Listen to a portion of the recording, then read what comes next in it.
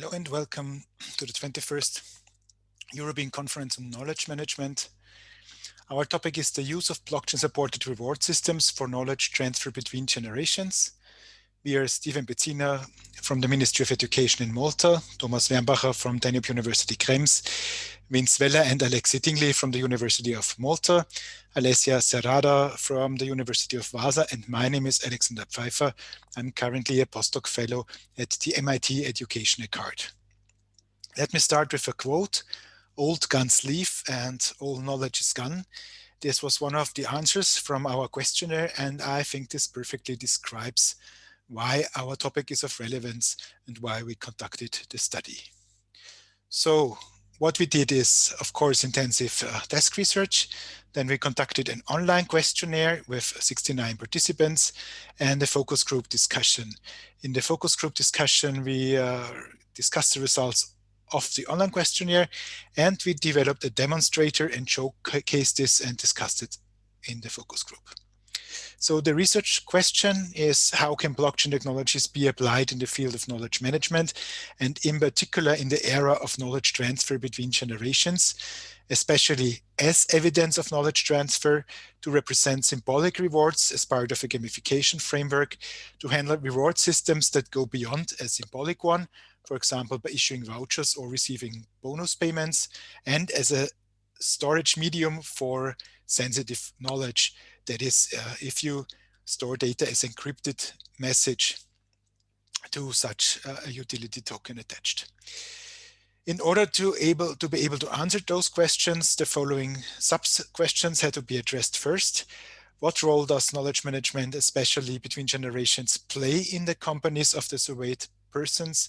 How important is it to the interviewees that they receive acknowledgement when they pass on the knowledge within the company? And what reward system for knowledge management exists? Which of them are already in use? And what kind of reward is important to the employees? So here you see the background of the participants of the focus group. We had 4 male persons and 2 female persons, most of them working in the field of knowledge management, either at the company or at the university. But we also had an expert in gamification and game system and an expert in the field of blockchain and AI. The survey participants came from different industry, as they had to click a box where they come from, where the background is. Most of them work in the field of education, followed by public service, the industry and service. And only a minimum number of the participants work in small and medium-sized companies, for example, in tourism or in the handicraft business. Most of the participants also come from larger companies. So 35 said that they work in companies with more than 201 employees. 12 stated that the company they work consists between 51 and 200 employees, and 21 participants work in companies with less than 50 employees, so in small and medium-sized companies.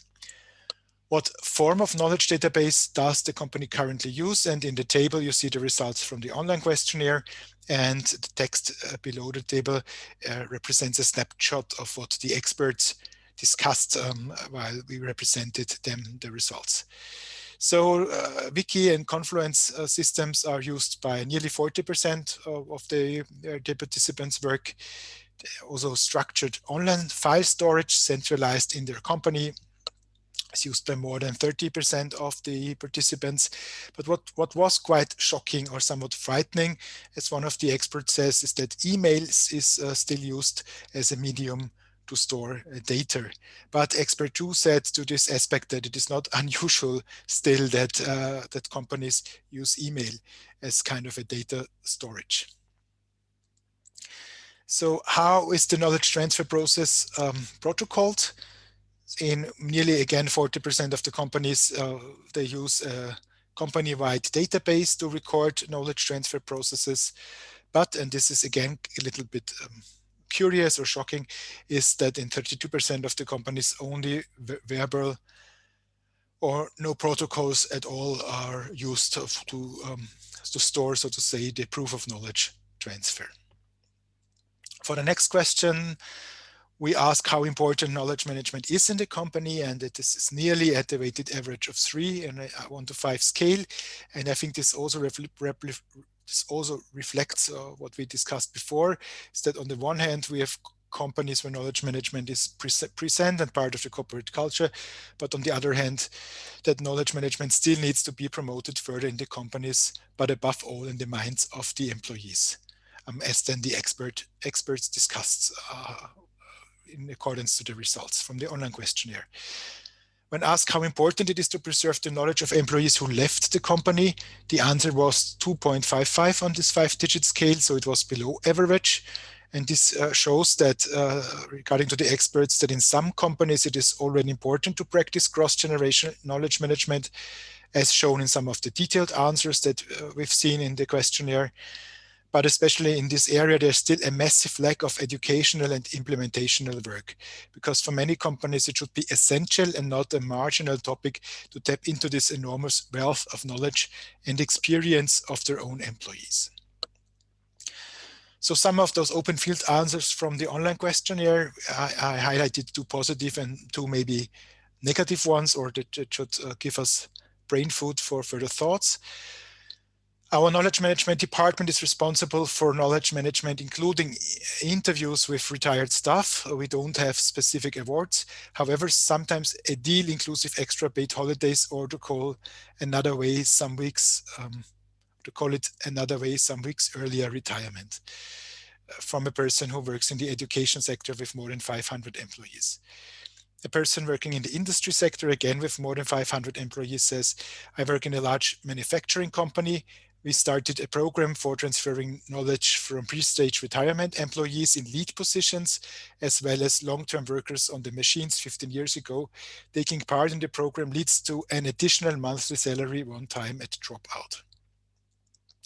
So for the negative side, public sector, more than 500 employees, people fear that they will be replaced by their maybe younger colleagues if they pass on their knowledge and therefore only share a bare minimum. Even before retiring, they often tend to keep quite a lot of knowledge to themselves, which then leads to a loss of knowledge within the company. And another comment from a person working in the public service with 201 to 500 employees: as near government entity, knowledge management always depends on politics.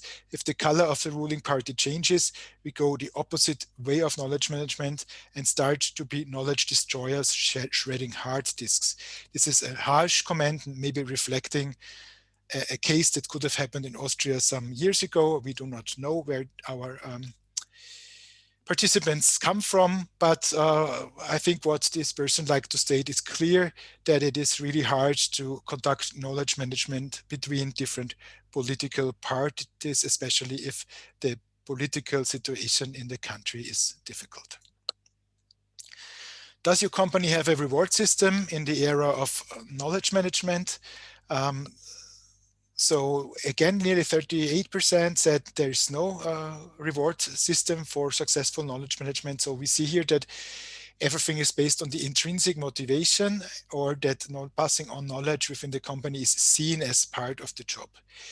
For 32%, they say that there are incentives in place, which is in form of monetary payments.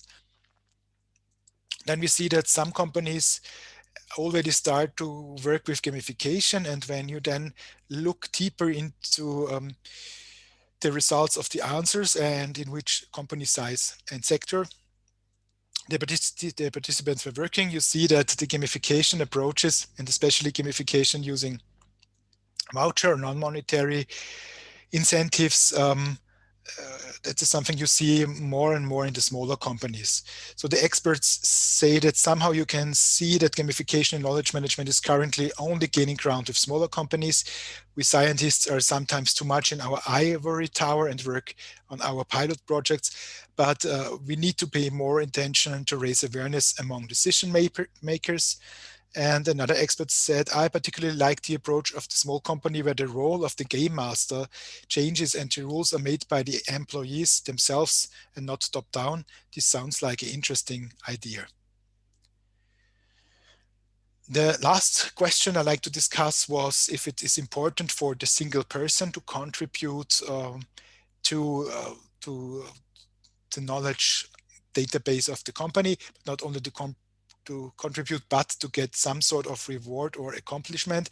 And here we have 3.98 out of 5, so quite high as a result. So people want to have at least kind of a thank you at the end of the day when they contribute to the knowledge base of the company.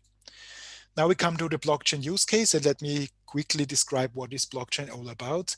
In blockchain, we have seen, of course, a lot of frauds recently, last years especially, not within, but around blockchain systems. So please be careful, please do your own research. But why do we use blockchain? It stands for objectivity, for security, trust, reliability. It should offer transparency, meaning that you can look into the transaction while still ensuring privacy, that GDPR data is stored GDPR compliant, and that sensitive data is stored encrypted, so you don't have access to this. Blockchain can help to represent ownership, and you can enable smart contracts, which then can lead to automation processes. Like we discussed at the conference already a lot on the role of AI in knowledge management. Blockchain technologies are part of the distributed ledgers, but there is a difference. So blocks are generated, the blocks are cryptographically connected with each other. That means that after a certain period of time, after a certain amount of transactions, after a certain amount of data in one block, then a new block is being generated, and those blocks are then grouped into blocks on the blockchain. And this is a very important aspect, is the hash function that comes into play. The hash function is an image that maps a large input quantity to a smaller target. So you have a certain kind of text, you have a certain kind of timestamp at the moment the transaction has been broadcasted, and this together with something that we call salted, with random numbers and random information, this generates the unique hash. And here's a very simple example. We have the Genesis block with no previous hash attached, but this Genesis block generates the first hash. And you see the data in the block, and you see this, the salted, the random number, the 5-digit number here. And then you say that the block is generated, the block is on the blockchain, the block is stored on the decentralized system on the different computers, and then the next block is generated, which starts with the hash from the previous block, generates a new hash, and the third block that you see here in red, which is the block currently waiting to be finished, waiting for a transaction, waiting for data, it starts with the new hash and then with the hash from the previous block, and will then of course again generate a new hash. So you see that those blocks are glued together and you cannot manipulate the data afterwards. So blockchains can be totally public, totally centralized. They can be led by a consortium, for example, some banks that work together, branches from a company, or they can be private. For example, one small company still running a blockchain to give their clients a better feeling. But you can also combine this. So for example, you can run a private blockchain for the GDPR sensitive or other sensitive data, and this private blockchain sends the hash to the public blockchain, for example, once every 15 minutes. And so you can make sure that the data on your local system, on your centralized systems, are not being manipulated, at least since the large hash has been broadcasted.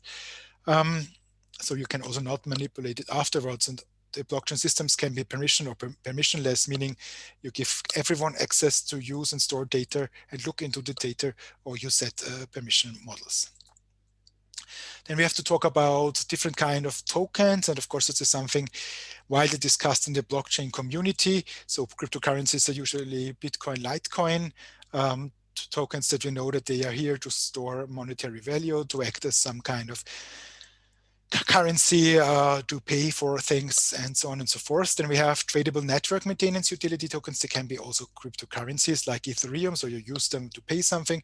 But on the other hand, this is the currency or the token type that you pay the fee with, and where you can create tokens upon the existing blockchain network, which would be also ADOR, the mother currency of the main chain from the blockchain system that we used. And then we have tradable utility tokens. Then those are tokens with a particular purpose, but they are still tradable either by the rule set of the issuer for, and vice versa, money or other money in the sense of classic fiat money or other cryptocurrencies, or they are like freely tradable on the market. But what is important for us and for our experiment are the non-tradable utility tokens, where we as the issuers set the fixed rules, we set the approval models. We want them to be under full control, to only stay in the accounts they are assigned for. They should not be able to be sent widely and without the knowledge of, in our case here, the HR department. And they are simply kind of a barrier and information carrier of sensitive information here. In our case, the contributed knowledge and or the vouchers, so that you can redeem your prizes. For our experiment, we started something which we call a narration-based demonstrator with storyline as follows. So basically, we were telling a story while we conducted the transactions on blockchain using the graphical interface of the other node. Our story is that a small company has a budget of 5,000 euros. With that budget, they create 500 knowledge tokens, where each token represents 10 US dollars, but one of those tokens, or the value of it, has only value within the framework of the company itself. It can only be used to change it into vouchers in the company itself, and not so it has no value in the outside world except the token economy that is created within the company. And all our use cases we present in a minute are from the perspective of Mr. Perger, a 55-year-old employee of a department in the company who is contributing his knowledge work. So here you see the asset ID on our mainnet that we created 500 knowledge token as a demo case study for this particular conference. And you also see the blockchain address of the creator. So you can go to any block explorer or you download your full node as described in the paper, and you can look into the block ID or go into the wallet of the creator and see all the transfers. Then you see the transaction in which we have our phasing vote casting, which is the approval model to prevent the token from being freely traded and freely transferred. So we whitelisted accounts basically in this case, but you can also look in this account and see that everything is working properly. So the situation one is that Mr. Berger is writing an article for Confluence, for the Confluence system in the company. This article receives positive feedback from his boss and from the knowledge management department. And for this, he receives one token as an incentive for his great contribution. And so you see here from the issuing address of the knowledge management department to the address that is assigned to Mr. Berger, and we transferred one token. Then at the end of 2020, Mr. Berger has collected 26 tokens. So he contributed 26 times to the knowledge base, which is verified by the department and his boss. And now he can decide and redeem it for prizes. And his decision is that 25 tokens will be used for a holiday for his and his family, and one token will be used for receiving a ticket for his local soccer football team. And so he makes two transactions on the blockchain. At first, he sends 25 tokens back to the knowledge management department. And with the second transaction, he sends one token back. And as encrypted message, he describes for which purpose he likes to, so which gift, which perk he likes to get for his tokens. But now on the one hand, we had those 26 tokens, and those tokens will be burned, meaning used for getting the vouchers, but we also like to store that he actually has contributed 26 hours to, for example, to the knowledge base of the company. So at the same time, Mr. Berger sends the tokens to redeem his voucher. The total amount of tokens achieved in this year, which is 26, will be stored on a singleton token, which is a unique token, a token that exists only as one quantity, which also has its own asset ID on the blockchain. And the description is this token represents 26 units of knowledge production of Mr. Berger in 2020. So Mr. Berger has always the proof in his account for forever that he contributed 26 hours verified knowledge production for the company.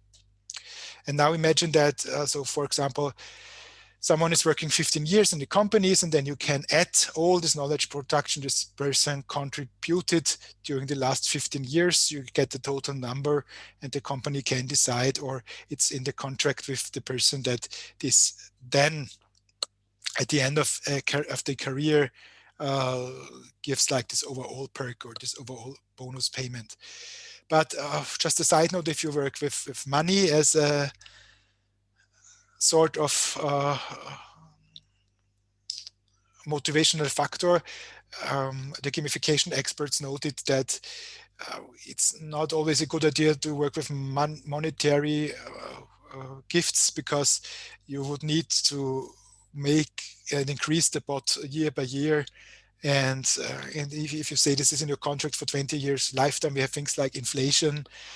So it's always better to work with perks, or if you work with money, not with a sum, but for example, with a certain percentage of your last salary, or a description like that. So situation 4, Mr. Berger now receives the voucher codes to book the hotel and redeem the tickets. So here he receives the codes, the voucher codes for the hotel, but as this is sensitive information, he has to use a shared key to open the message, because not everyone, of course, in the company or any user of the internet should be able to read those voucher codes. So he's using a shared key, which is like with the private key, this is the most valuable key, which gives you full access to your blockchain wallet. And the shared key gives you look into access rights to a particular information. So Mr. Berger uses the shared key and he unlocks the information, in this case, the voucher code for both the Legenstein Hotel and the ticket to his soccer club. So for example, he can now take this voucher code, go on the website of the Legenstein Hotel, and then is using the regular shop system of the partner to redeem the voucher. Situation 5, Mr. Berger receives the Knowledge Contributor of the Year award. Then we can go again for a singleton token, which is sent to the address of Mr. Berger, saying that he is the Knowledge Contributor of the Year 2020, for example. And situation 6, the last situation, I think it's also of utmost importance. This is when you contribute with a PDF to the Confluence database of your company, and you are afraid that someone could delete the PDF or change it with another PDF and blame you that you misbehaved or that you did something wrong in your work. So from your PDF that you like to contribute, you look and generate the hash, the MD5 or the SHA-1 hash, and then you put this hash on blockchain in the moment you upload the PDF. And so you can be 100% sure that no one can manipulate the PDF. And if so, you just compare the hashes and you will see immediately that this is a manipulated product. We used the other blockchain. There are many blockchains on the market. We did some desk research intensive desk research in another educational project. And so we decided to go for the other network. On Gellarito.com, you find further information about the network and also a test net you can play around with without having to purchase tokens. What's important, and that's a last remark, is that although with blockchain technologies, we might have found great solutions to store sensitive data in the maybe perfect way, but you always have to combine it with digital identity. And you always have to know who is the contributor behind a certain set of information, behind a transfer that is pushed into the blockchain system. So please never forget to have a proper digital ID system in place that goes hand in hand with your databases or your blockchain related databases.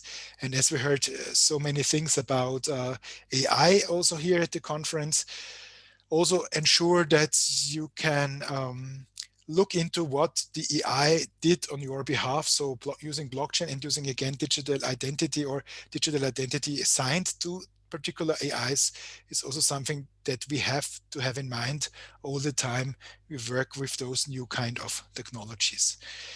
So here you see my life on one slide. And if you'd like to follow me on ResearchGate, I would, of course, love to interact with you, or you go to my personal website and there you find my contact data. And of course, I would love to catch up with you. Thank you very much.